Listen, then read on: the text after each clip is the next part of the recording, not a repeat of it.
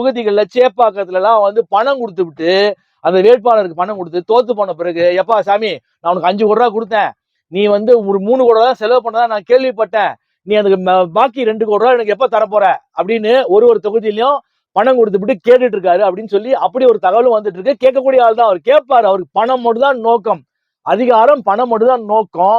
இந்த மாதிரி ஒரு சூழ்நிலையில தான் எலெக்ஷன் ரிசல்ட் வந்த பிறகு அதிமுக அலுவலகம் பயங்கர கலைபரமாச்சு. இப்போ சி.வி. சண்முகம்லாம் ரொம்ப ஷார்ட் டெம்பர்டு, டைரக்டாவே கொஞ்சம் தைரியமா போல்டா பேசிடுவாரு. உனக்கு என்னதான் வேணும் இப்போ, உனக்கு அப்படியே உனக்கு என்னதான் வேணும், உனக்கு இப்போ நீ மட்டும் தான் வாழணுமா?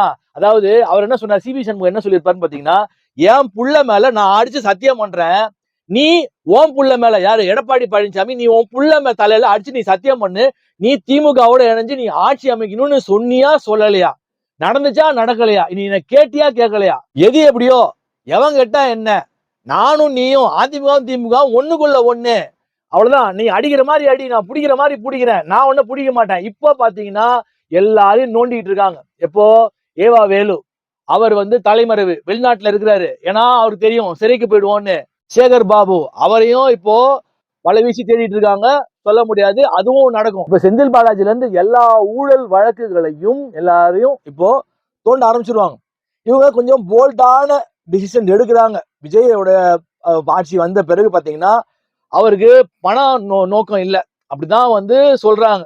இப்போ மத்தபடி இவங்க எல்லாம் பாத்தீங்கன்னா full and full money minded, பயங்கரமா வந்து ஊழல் வந்து கரை புரண்டோடும். எங்க நம்ம தமிழ்நாட்டுல ரிஜிஸ்டர் ஆபீஸ்ல இருந்து நீங்க வந்து மின்சாரத்துறையில இருந்து எல்லாமே கபலீகரம், அத்தனையும் வந்து பாத்தீங்கன்னா பணம் பிடுங்கிகள், பணம் பிடுங்கி திண்ணிகள். ஆனா இப்போ அப்படி கிடையாது ஓரளவுக்கு. இன்னொன்னு 50 நாள் தான் வந்து ஆயிருக்கு, இன்னும் டைம் கொடுக்கணும்ன்றாங்க என்னுடைய கணிப்பு.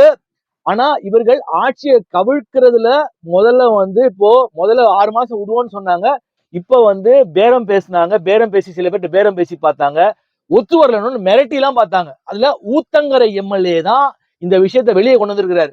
அதனாலதான் செந்தில் பாலாஜி அவங்களுடைய கூட்டாளிகள் எல்லாம் பாத்தீங்கன்னா அரெஸ்ட் பண்ணிருக்காங்க. செந்தில் பாலாஜிக்கும் அவங்க தம்பிக்கும் வந்து சம்மன் போயிருக்குது. அவர் தான் இந்த மாதிரி நாங்க மிரட்டப்படுறோம், பணம் வாங்கிக்கோ, பணம் கொடுக்குறேன்றாங்க, பணத்துக்கு ஒத்து வரலன்னா வந்து ஆளை தூக்கிடுவோம்னு சொல்றாங்க அப்படின்னு சொல்லி அவர் தான் வெளியிட்டாரு. ஒரு 5 ஸ்டார் ஹோட்டல்ல, ஒரு 5 நட்சத்திர ஹோட்டல்ல தான் இந்த மாதிரி ரூம் போட்டு கொடுத்தாங்க, நாங்க பேசணும், அதற்கு நாங்க நினைச்ச மாதிரி இல்ல, பல பேர் அதுக்கு ஒத்து வரல, பணத்துக்கு பணம் கொடுத்தா ஒத்து வருவாங்கன்னு பார்த்தா ஒத்து வரல, அப்புறம் மிரட்டி பார்த்தாலும் பல பேரு அதுக்கும் ஒத்து வரல. திமுக பொறுத்த வரைக்கும் இப்போ இதே மாதிரி யாருக்குமே நீங்க லஞ்சம் கொடுக்காம எல்லாம் நடந்துருச்சுன்னா, மக்கள் அது பழகிட்டாங்க அப்படின்னா, இவங்க வந்தாங்கன்னா அதுக்கு